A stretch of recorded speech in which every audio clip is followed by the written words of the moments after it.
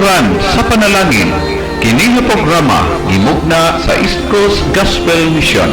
Alas 6 hangtod alas 6:30 matag adlaw.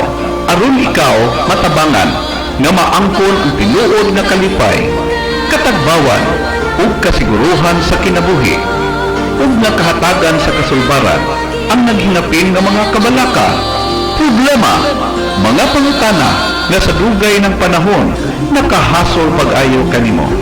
Busa paminaw ug sa Dios ikaw panalanginan.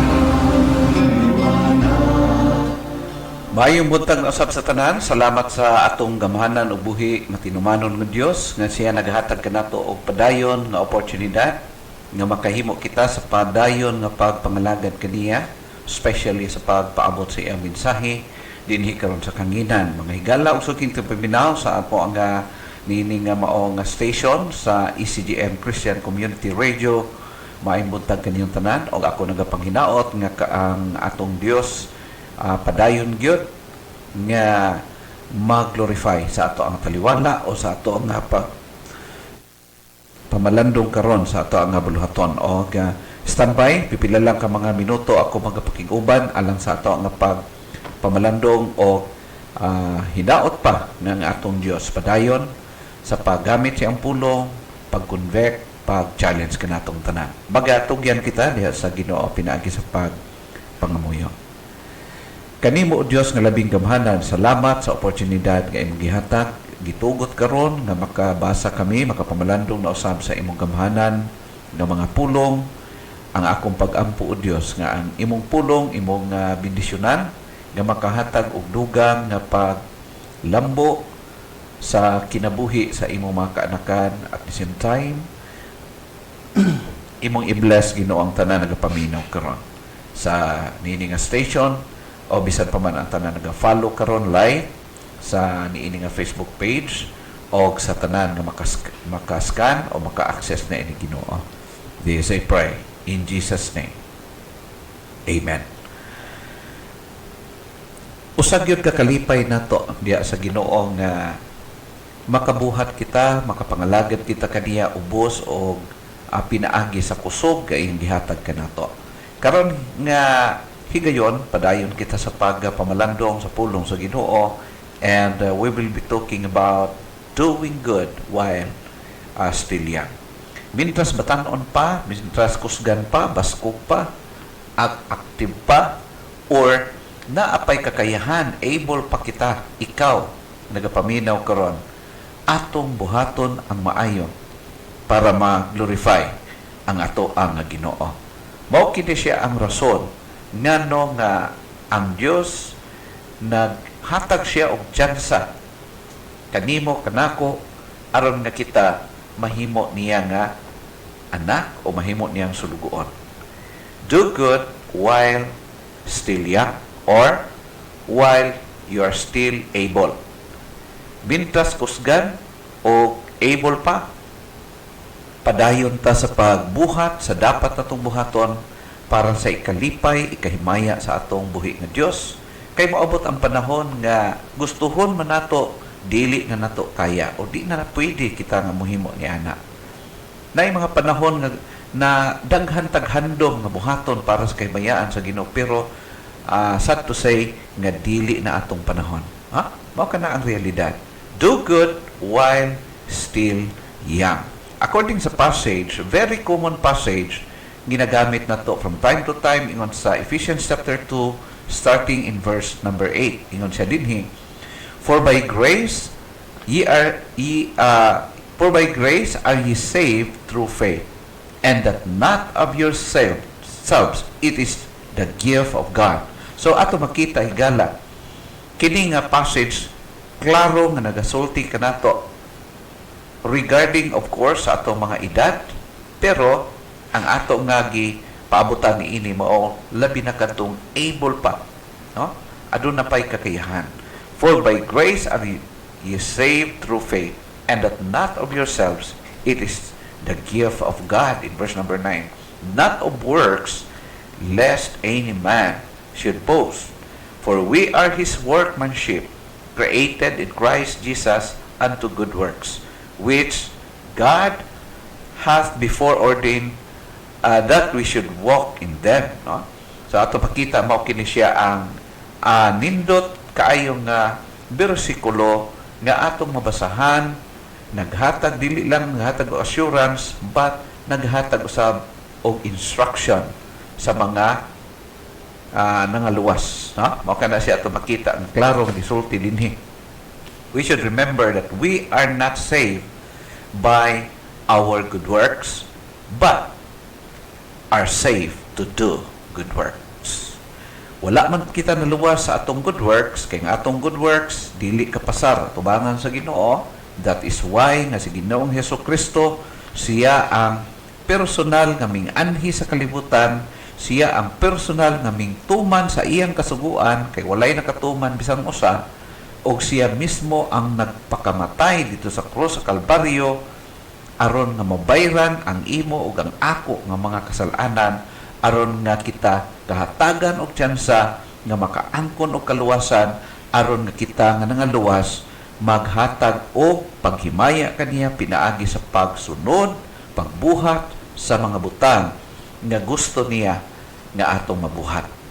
We are not saved by our good works, but are saved to do good works. Take note, ang purpose nga iyang giluwas ang tao aron nga ang tao nga iyang naluwas muhimo sa mga butang, makalipay, makaglorify sa iyang atubangan.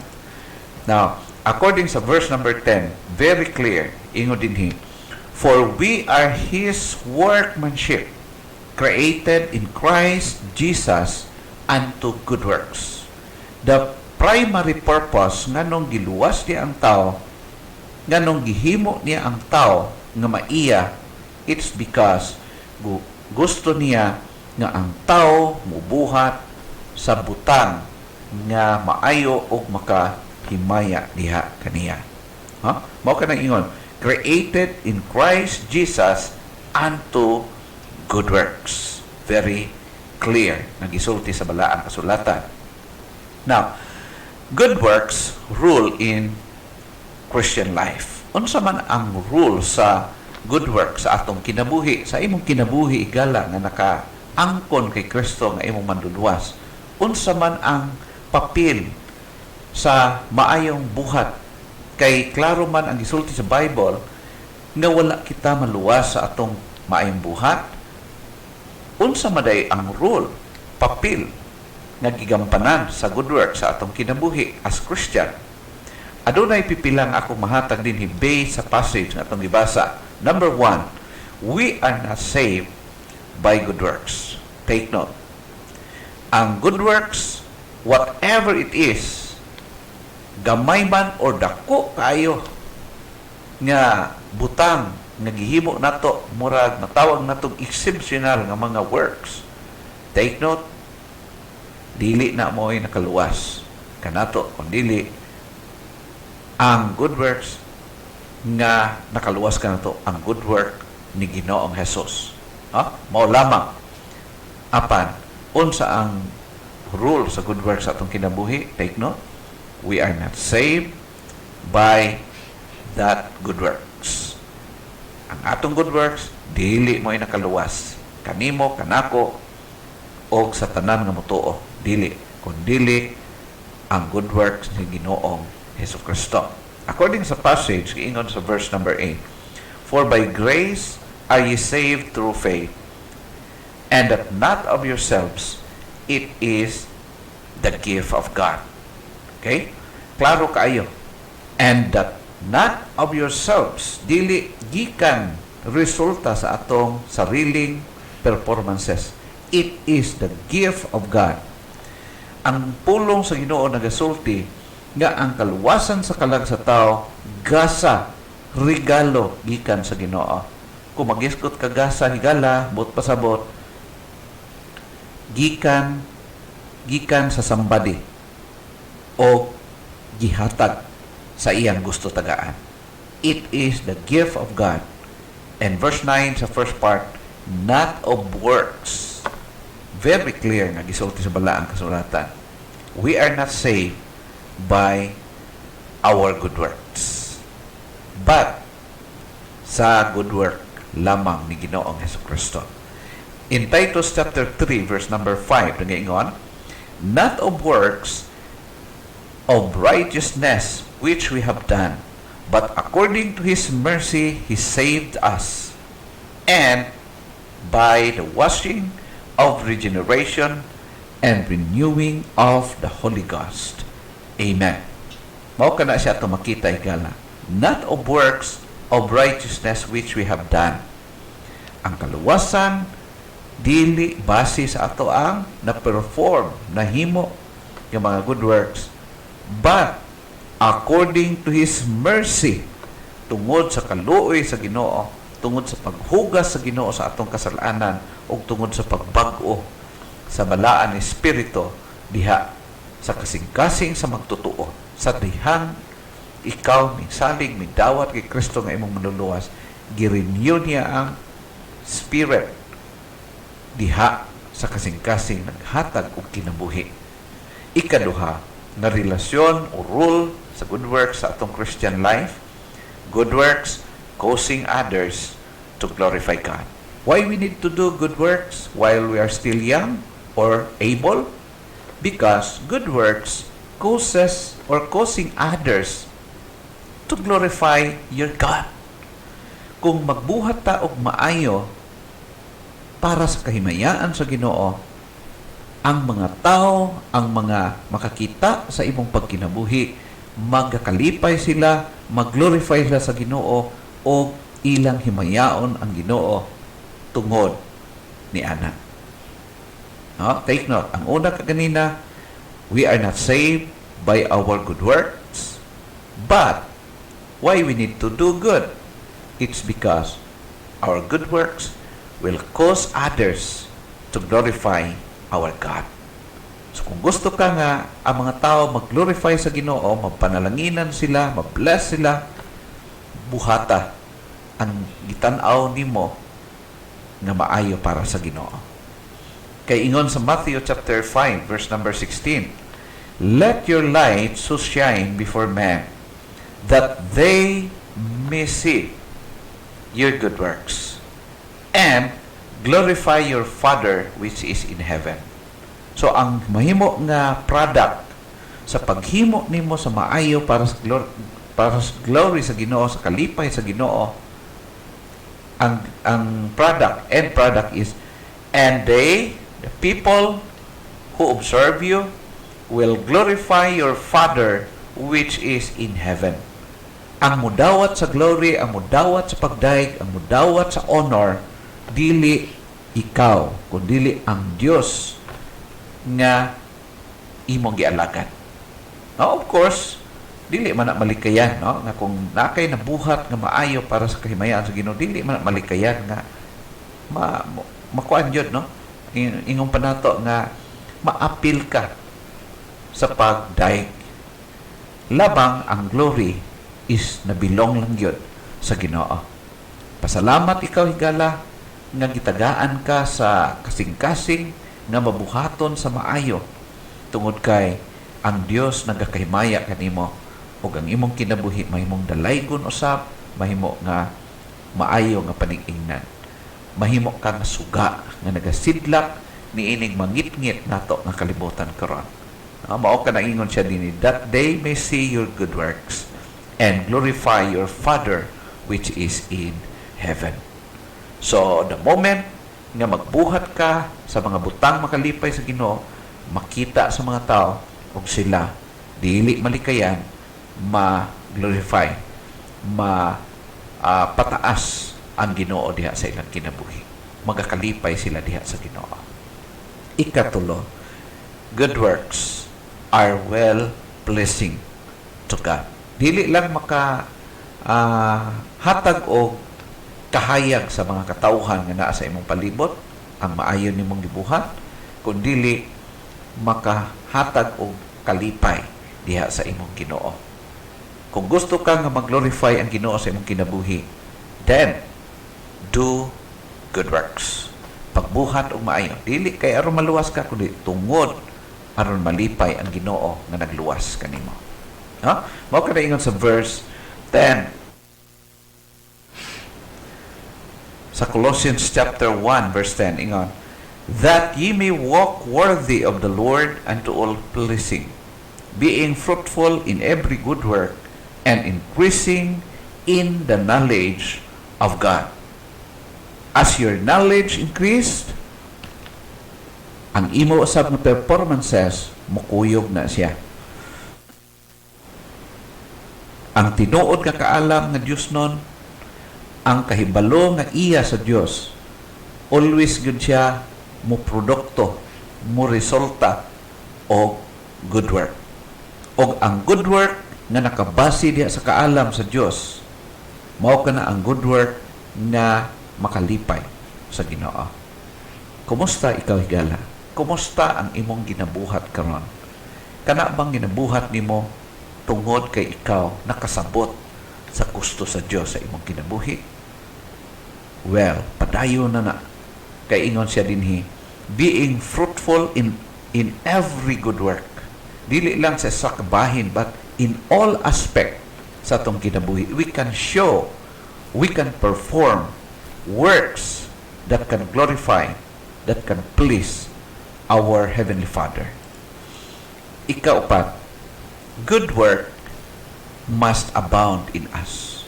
Dili lang simple nga magbuhat kag maayo and then that's enough. No. Gusto sa Dios nga mag-improve ta, magalambot ta, pwede pa nato mahimo ang daghan pang mga butang while we are still able. Mintras kusgan pa nga, mao gani na si Haring Solomon, kung basahon nimo dito sa Old Testament, sa book of Ecclesiastes, nag-ingon siya, remember now thy Creator in the days of your youth, while dili pa ikaw tanda o tiguwang unable na sa pagbuhat. Samtang dili pa mangurog imong mga tiilok kamot, dili pa mahalap imong mata, or ang imong disabilities dili pa mo taas, mintras kaya pa buhat daan sa maayo. Kay nganuman mo nang ingon ako kanina, dili habang buhay ato ang panahon. So while you're still young, you're still able, do good works for the glory of God.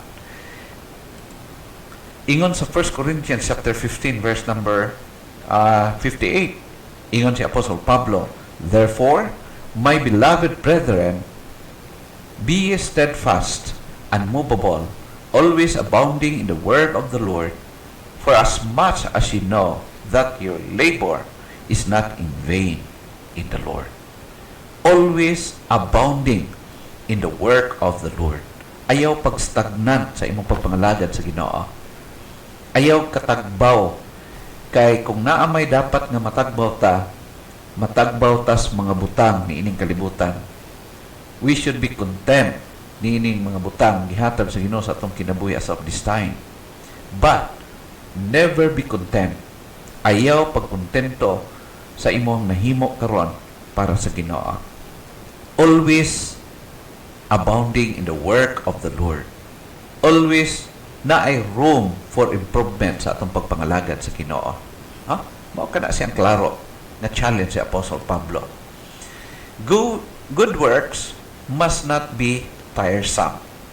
Kumusta kay gala? Gikapoy ba kag buhat og maayo? Gikapoy ba kag pangalagad sa Ginoo? Gikapoy ba ka sa imong pagbuhat sa imong promise sa Ginoo? Kumusta ka? Kumusta imong pagbati karon? Kumusta ang imong attention sa imong pagkinabuhi? Kumusta ang imong interest? Gikapoy ka na ba sa Panginoon? Higala, ang challenge sa puno sa Ginoo, we need to improve, always improving in our service to God. Good work or good works must not be tiresome. Ay yung kaluya, ay yung undang. Padayon lang. Dapat mag-improve pa gani. Ingon sa Galatians chapter 6 verse number 9. Let's not get tired of doing what is good. For at the right time we will reap a harvest if we do not give up. Klaro ang gisulti sa pulong sa Ginoo. Kung padayon lang ka magbuhat sa nararapat, sa maayo para sa kabubuton o kalipay sa Ginoo, ingon ang pulong sa Ginoo, for at the right time, we will reap a harvest. Muani ka og harvest.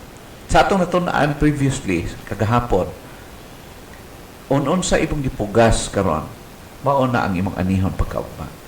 Kung paano nimo gi-spend ang imong life while you are still young, ang result ana sa second half sa imong life, imong anihon, imong pagsisihan kung abusante ka, wa ka nag-serve kay God, sigurado na nga pagka idara nimo magbahay ka, daghan kag regrets. Pero sa batanon pa ka imo nang gihalad sa Ginoo daan imong kinabuhi, sigurado sa nga magbalipayon ka uban sa Ginoo sa second half sa imong kinabuhi. Good works are essential if we are going to reap spiritual benefits. Of course, dual impact, no? Double. Nga naman, dili lang kung maayo ang imong pagkinabuhi, nagsunod ka sa Ginoo sa bata-bata pa, pagkatanda-tanda na nimo, mag-enjoy ka tungod kay maayo ang return sa imong gibuhat para sa Ginoo o para sa tanan nga nagatanaw kanimo. And the same sa spiritual nga aspect, kung nangalagad ka sa bata-bata pa ka sa Ginoo, of course, dili lang mag-enjoy ka sa imong life here on earth, but labaw sa tanan sa second life, dili jud ka magmahay gala. Walay nagmahay sa nag-alagad sa Dios nga nagmatinumanon. Number 6, doing good works is just temporal. Nganong kailangan ta maghimo og maayo mintras bata pa ta, mintras able pa kita, tungod kay ang pagbuhat og maayo temporary lang, dili kini habang buhay. No? Mao kana siya, ingon nga atong kinabuhi di mampod hangtod sa hangtod dinhi sa kalibutan. Mubiya man ta dinhi kalibutan na. Pero mao kining kinabuhi ang gihatag sa Dios nga tsansa nga magamit na to ang kinabuhi, makabuhat tag maayo para sa kahimayaan sa Ginoo. In verse 58 sa last part, ingon siya dinhi, for as much as ye know that your labor is not in vain in the Lord. Ang tanan nimong effort, ang tanan nimong labor, ang tanan nimong pagbuhat para sa kahimayaan sa Ginoo, dili gyud niya kalimtan. Dili ka na kawang atubangan sa Ginoo. Busa ayaw kaluya. Padayon jud sa pagsunod sa kabubuton sa Ginoo diha sa imong kinabuhi.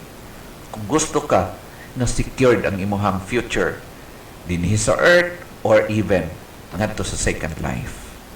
Ingon sa Galatians 6:9, let's not get tired of doing what is good, for at the right time we will reap a harvest if we do not give up. Klaro kayo ang isulti sa pulong sa Ginoo igala. So ayaw jud kaluya, padayon lang yun. O ang Dios na ang mupabarog kanimo o someday mudawat ka sa makalipay nga ganti gikan sa Ginoo. Hinumdumo nato that we all of us who labor for the Lord or for God would be rewarded soon. Dili gid niya kalimtan ang tanan nato nga mga paghago, ang tanan nato nga sakripisyo, ang tanan nga gihimo nato makalipay sa iya. You will be rewarded soon. That's promise gikan sa Ginoo. Now, example of good works. Unsa man pananglitan, pastor? Ang good work na pwede na kung mahimo malipay ang Ginoo ay simple, daghan kaayo. Sharing the gospel to the lost. Ayaw tagui ang imong nabalaan higala. We need to share it to others, no matter what. Kaya nga atong kana nga buhat na gusto sa Ginoo buhaton sa iyang mga kaanakan. Just share the gospel. Who knows? Ang imong gishiran, i-bless sa Ginoo, makasabot siya, mo-serve siya kay God. No? Mao kada siya. Sharing the gospel to others. Or, ministering to brethren. Learn how to serve others. Usahay manggod, gusto ta nga kita ang serbisyuhan. But you know what? If you want to be blessed by God, then serve others. Minister others. Alagara ang uban. Then makita nimo ang kalipay nga di kabayran No? Kung nagbuhat ka niya na, makasabot ka sa akong gisulti. Pero kung wala pa ka nakatry, mo willingly mo serve ka sa uban, mo extend ka og service para sa uban, dili nimo na masabtan. But gusto ka ma-bless, appeal, tabang, serve, pag-minister sa uban.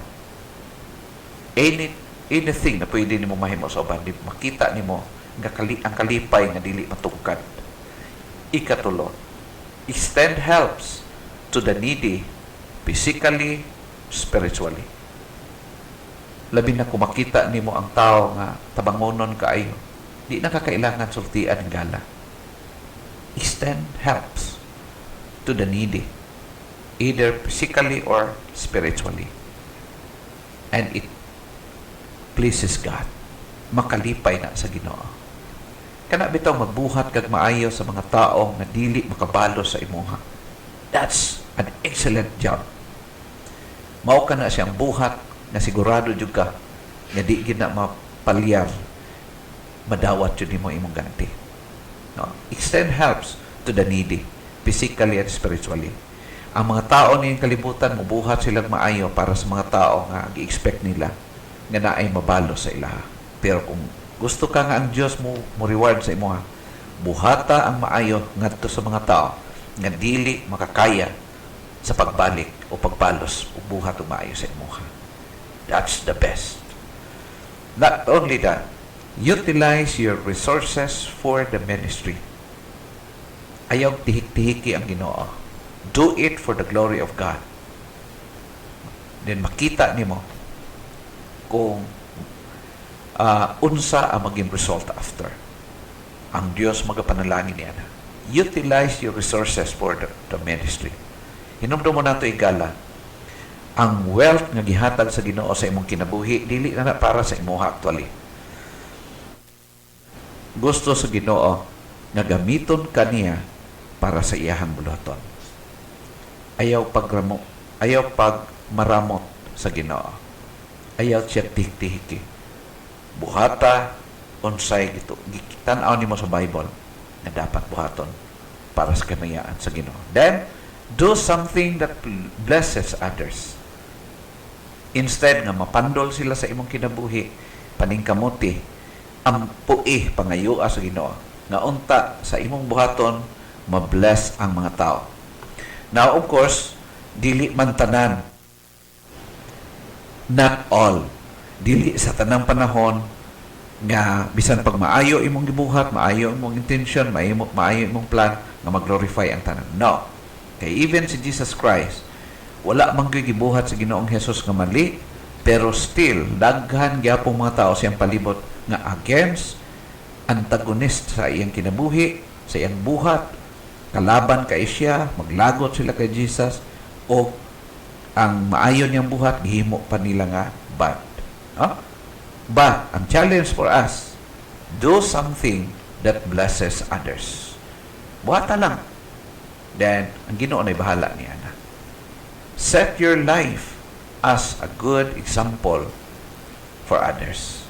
Himuang ang imong kinabuhi, mahimong example sa uban, mahimong panalangin ngadto sa uban. Do good while still young, while you're still able. Hinaot higala nga ang pulong sa Ginoo karon nagapakig-istorya diha sa imong kasing-kasing. Dalaygon ang Dios o himayaon siya sa atong mga kinabuhi. Daghang salamat sa inyong pagpaminaw. Mag-aampo kita. Amahan, salamat sa imong pulong nga padayon nga nagtudlo, nag-challenge, nagdasig, nag-correct o nag-instruct ka namo Ginoo. This I pray in Jesus' name. Amen.